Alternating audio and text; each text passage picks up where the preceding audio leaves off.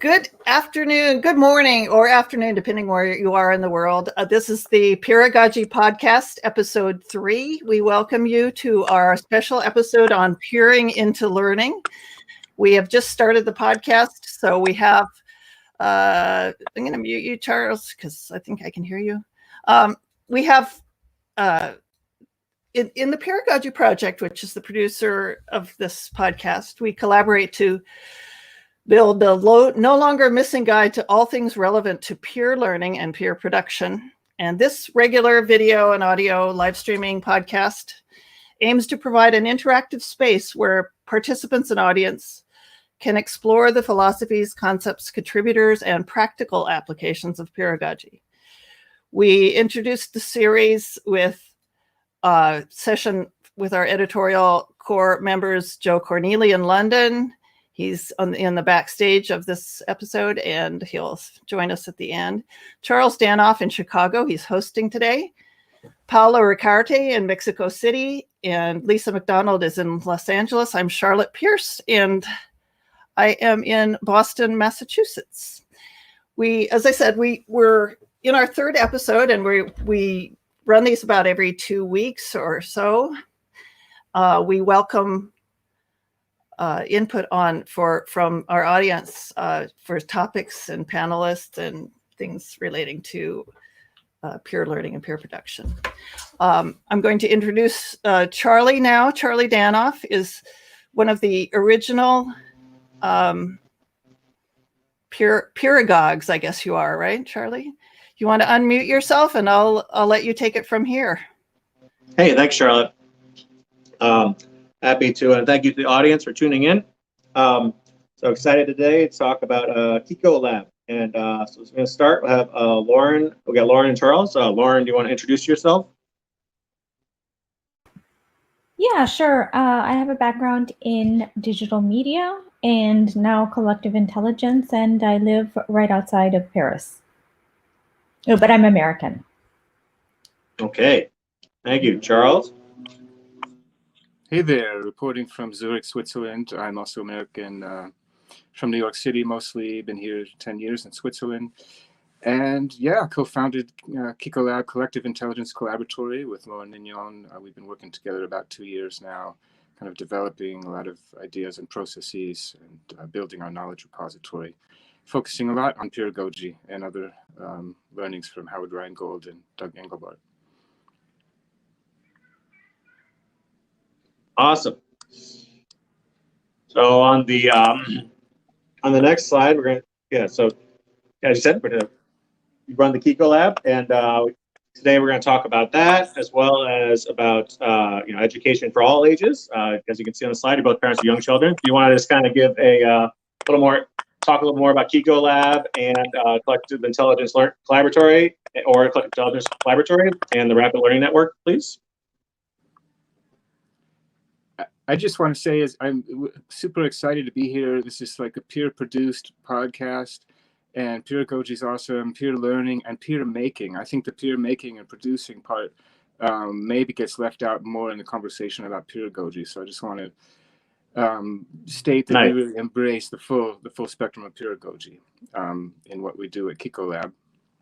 And we're not experts, we're curators, and we're bringing a lot of people into conversation. It's sort of connective intelligence in terms of the conversation as the foundation for what we do. And we have kids, and like everyone in various ways got kind of slammed by the pandemic, and we're already being slammed in a lot of ways. And then we had to go into another mode in regard to our kids, and not just school, but kind of overall life at home, homework, and so forth. Lauren? Yeah, we got inspired to do the Peeragogy for kids because basically I was so disappointed with my performance during the first quarter in March, trying to teach my kids. It was really hard, and I was scared that my kids were getting a little depressed, being inside all the time, and they were really losing their love of learning. So I really wanted to find ways to inspire them and to get them connected to kids from around the world, and find better solutions to keep us less crazy during the fall, because I think it will be just as bad. So, yeah. Yeah, keeping us less crazy is a good goal for all of us right now, in any time, but especially now. Yeah. And yeah, that's and pedagogy for kids is something that we haven't explored that much in our work historically, and so I think that's really exciting. I'm excited to talk about it. And so I think you want to discuss this educational summit that you hosted that we have here, back to school. Yeah, it was just kind of a one-off thing.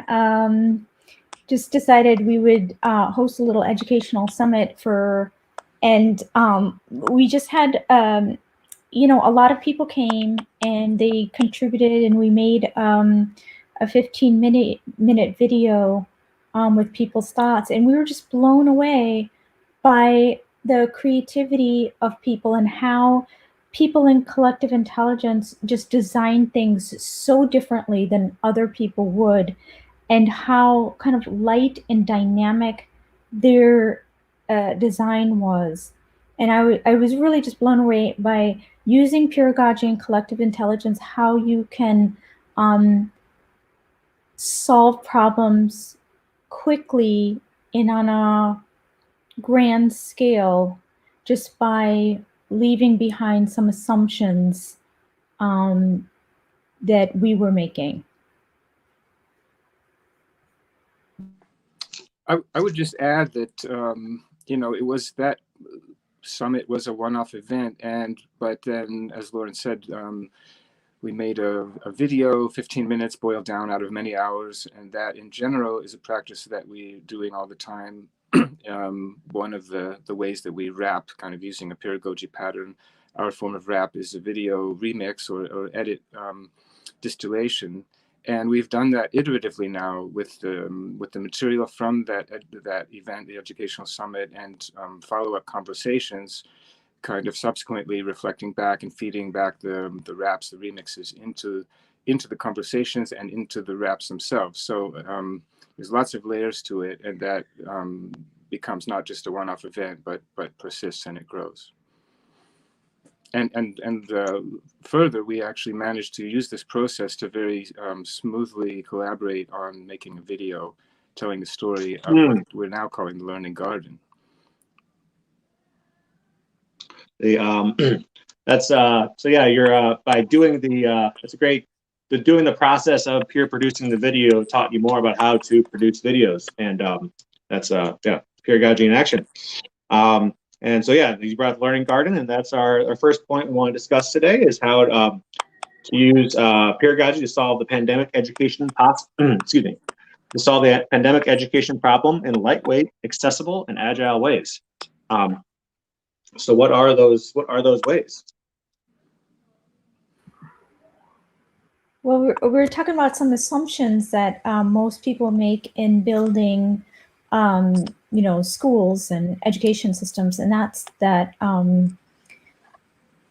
that kids must be in the same class with the kids their own age. So we threw that out the window and said we can build networks of we can do intergenerationally, and so we can have people of different ages together so that the older kids can teach the younger kids, and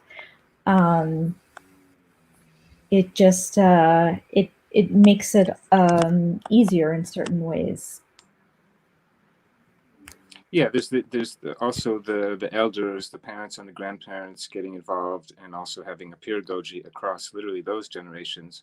But then again, mixing up the, you know, we're looking mostly at age 6 to 12, K through 12.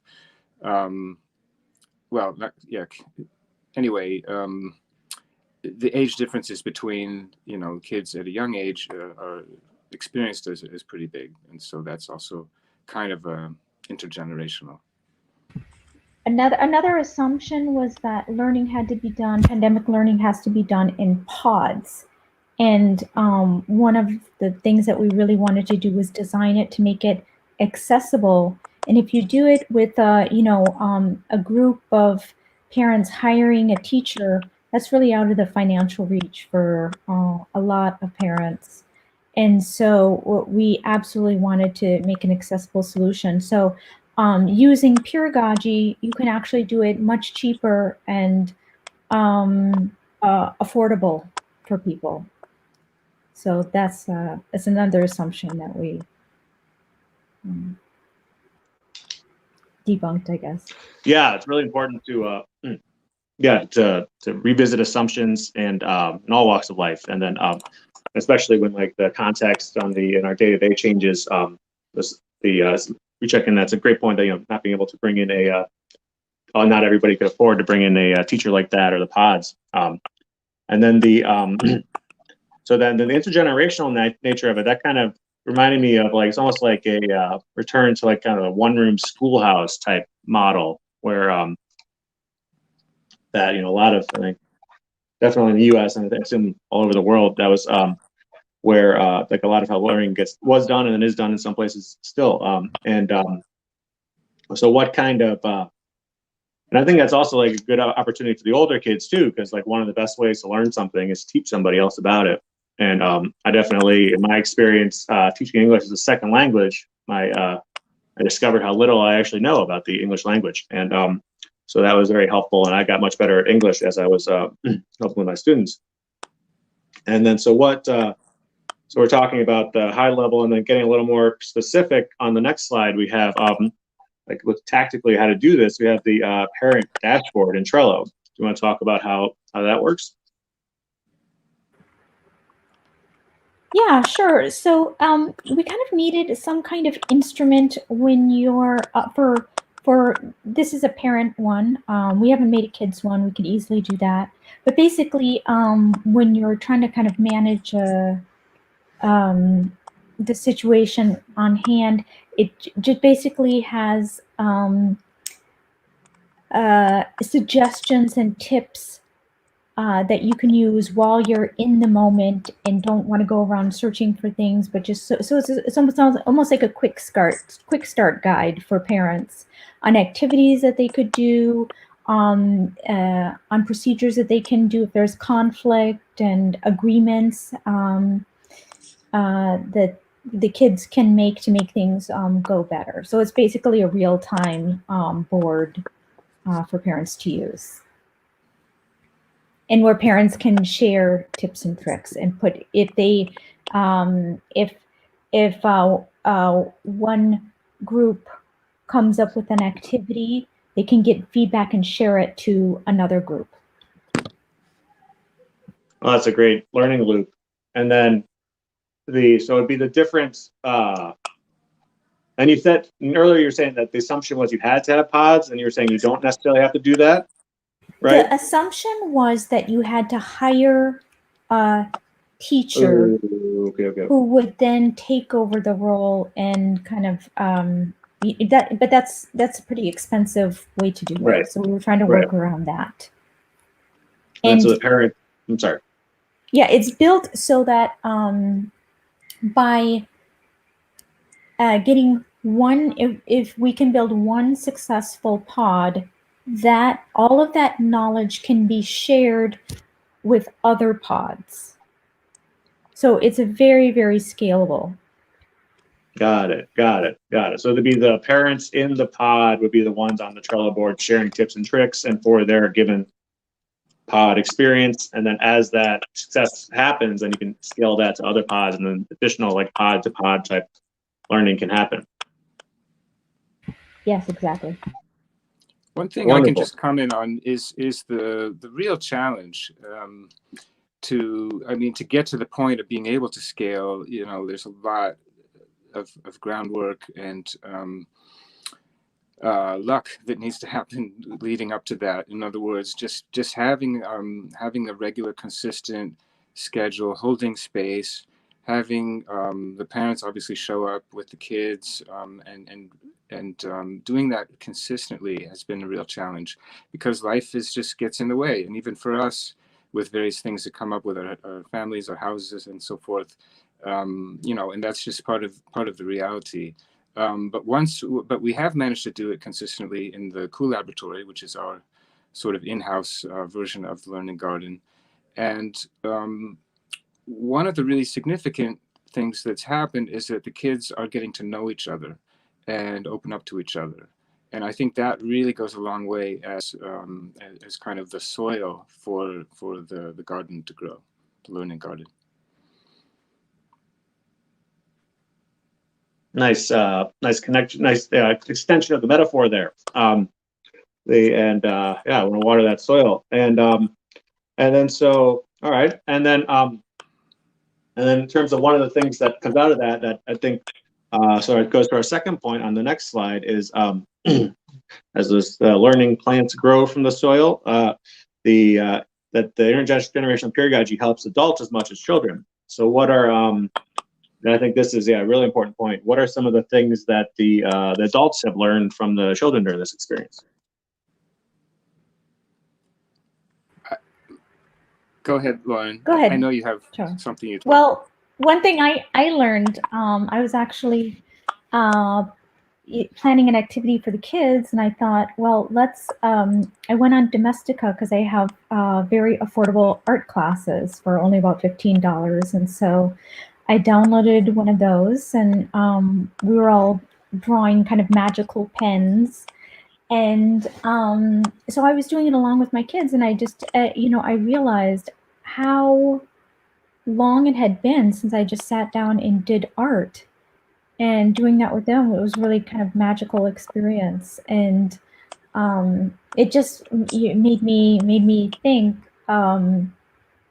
adults, when we do relaxing things, it's always like work, kind of like, meditation or yoga. And sometimes we forget to do like creative play stuff. And so they bring that element to it. So that's something I really appreciated. That's a great example. I would add to that, because I really resonate with that, Lauren, and I've been taking that in more and more, and come to the conclusion, kind of in the broader picture, that we can't afford to consider art as a luxury anymore. I think art is just much more than a luxury for everyone, not just kids. But we did also have a chance, and it was such a kind of so we talked to Howard Rheingold a number of times, but more recently, particular around this exact area of creativity, of art and creativity, and its role in learning in pedagogy and pedagogy for kids. And it was just a wonderful conversation. And he has gone on also in some of his writings about his mother, who was an art teacher, and just how much that he took from her. And I think one of the things is about having permission to create and to be creative. I agree with that. Yeah, I think it's something that people don't always realize they can like give that permission to themselves, and they feel like it has to come from like a third party or something, or maybe your kids. So we've actually had we've actually had a question from the audience, which is wonderful, and please, for all listeners out there, please continue with the questions. And then so it was how many kids are currently learning in the Koolaboratory? It's average around 5 or 6, but it goes up a little bit, it goes down a little bit. It's as I said, it's been a challenge for it to be consistent in terms of attendance. But Lauren has a couple of daughters, and I have a couple of daughters, and usually we're the regular ones, and then we have a handful of others that have come in and out. A few stick around longer.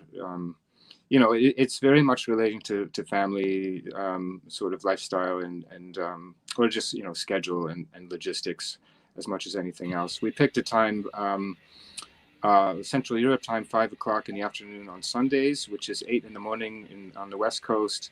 So occasionally we get some Californians joining, but it's pretty early on a Sunday.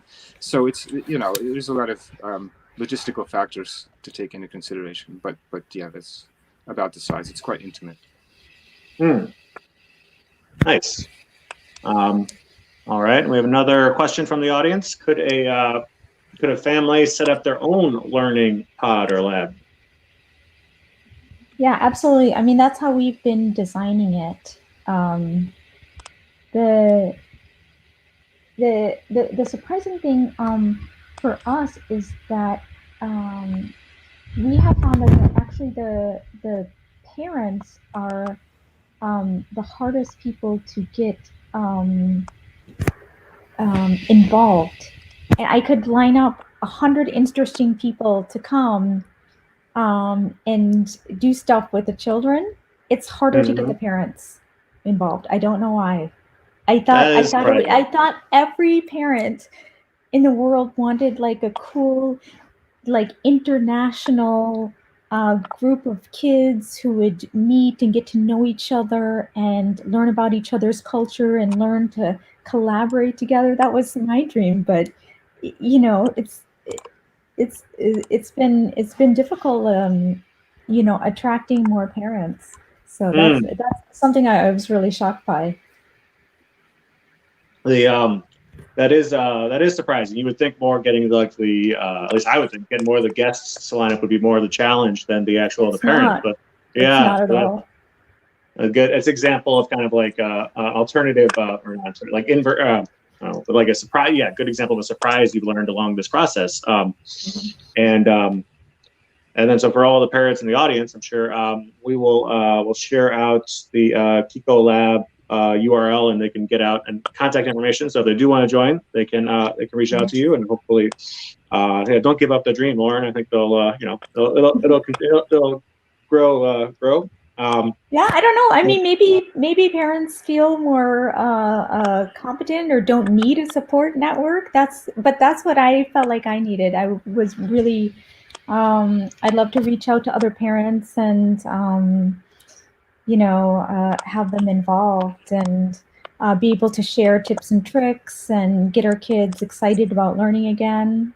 You know, we have really growing kind of bag of tricks or toolkit of resources and activities, and we haven't had a chance to try a lot of them, but we're kind of growing the map of all these possibilities. And actually what's more kind of fun and engaging and effective is having the kids lead really and just come up with ideas, and they are Nice. and they really are leading. Sometimes they're really showing us things as well, including with the tech, of course. And it's this is a lot. And just one thing to add is that we actually recently started getting into metacognition for kids, kind of system thinking for kids, and that's sort of the gateway to some of the other things that we're doing at Peeragogy, at KooLab, which is like deep profiles and exploring alternative currencies and so forth. Imagining like a currency for the Koolaboratory. And we have the great Michael Linton of Open Money in the mix, and with some games that we might try with the kids. For example, there's a lot more that we can be doing, and we're just going to keep trying. And as far as getting more people involved, you know, doors open.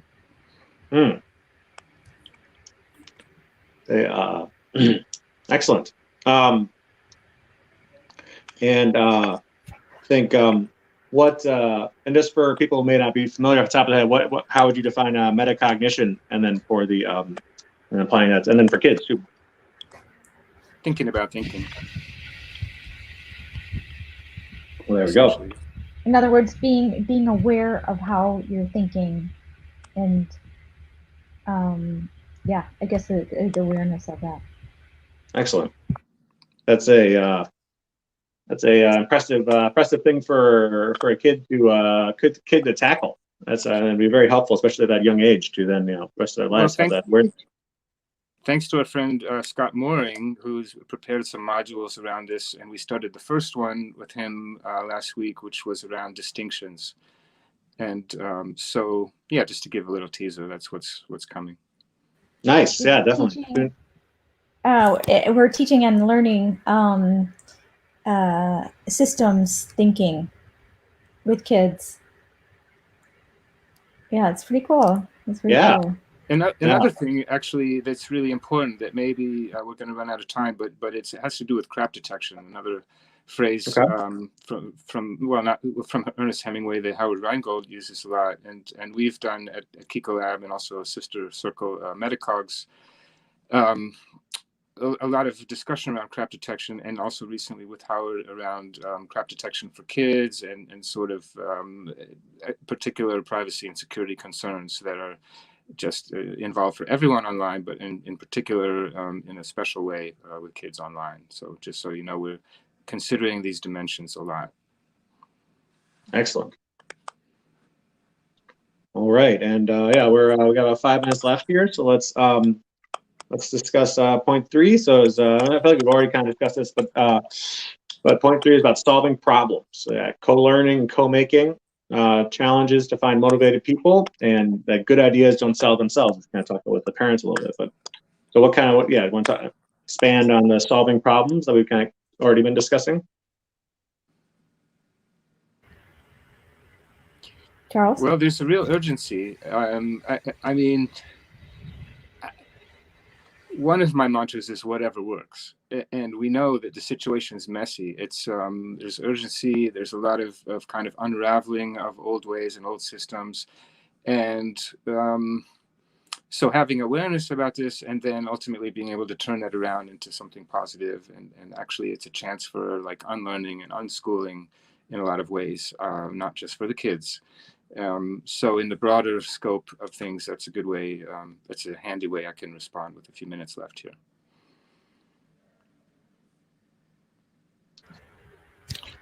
Yeah, unlearning is, I mean, unlearning is probably more important for the adults than the kids. The kids are still, yeah, they haven't gotten those bad habits yet. Actually, I would say that they learn those bad habits really quickly. Okay. Yeah, I think they're already kind of indoctrinated to behaving and actually not questioning authority. Speaking pedagogically, they're teaching us even the bad habits sometimes back. It's a cyclical thing. It's like I don't know. It's like you get surprises what grows out of the soil in the garden sometimes. I guess. You reap what you sow. There you go. Yeah. Yeah. All right. Well, I think we have one more time for. All right. Well, we got on here the Peeragogy project action review, and so this is something we've done at the end of the first 2 podcasts. So we like to do this at the end of whenever we're kind of coming together in a meeting to learn something or to produce something. It's a way to I guess it's a metacognition tool to think about what we're learning and to reflect on that. And there's 5 questions. And this time we're going to change it up. We're not going to do it during the podcast itself. We're going to have a after party, which we encourage you to join at exactly meet.jit.c/peeragogy, and it'll be right after this. So please check it out. And it's meet.jit.si/peeragogy. And we'd love to talk to the audience and hear from you and reflect on what we've learned here. Before we close out, any parting thoughts you want to share? Maybe we'll go first with Charles, and then we'll finish with Lauren. I came up with a hashtag yesterday or today that the pandemic ate my homework and my classroom. That's kind of, maybe that's not one hashtag, that's 2. Pandemic ate my homework, a hashtag, and my classroom too. Nice. I would just say that if there are any parents listening or people who know parents would be interested, we would be dying to talk to you and to meet you, and we would love for you to connect with us. Put the hashtag there. Yes, absolutely. And they will have the information will be on the you can get links to the KooLab on the where you can find the streams, and or just Google it and CICOLAB, and Charles, reach out to Charles Lauren. Well, thank you 2 very much for joining. This has been a wonderful discussion, and we really appreciate taking the time. And thank you, Joe. Thanks to you, Charlie. Thank you. Pleasure. You stepped in fine form, and Joe was behind the scenes tech directing. It's really like learning how to make a podcast by making a podcast. So yeah, you got a big production happening. It's Congratulations. so pedagogical. It will be on all the major audio podcast apps as well. So Stitcher, Spotify, SoundCloud, Apple, Google.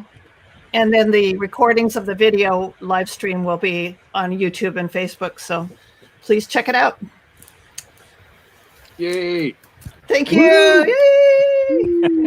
This is our Saturday Thank you, night audience. live stage scene. We'll see you over in Jitsi. Okay, Yeah. Peeragogy podcast. Over and out.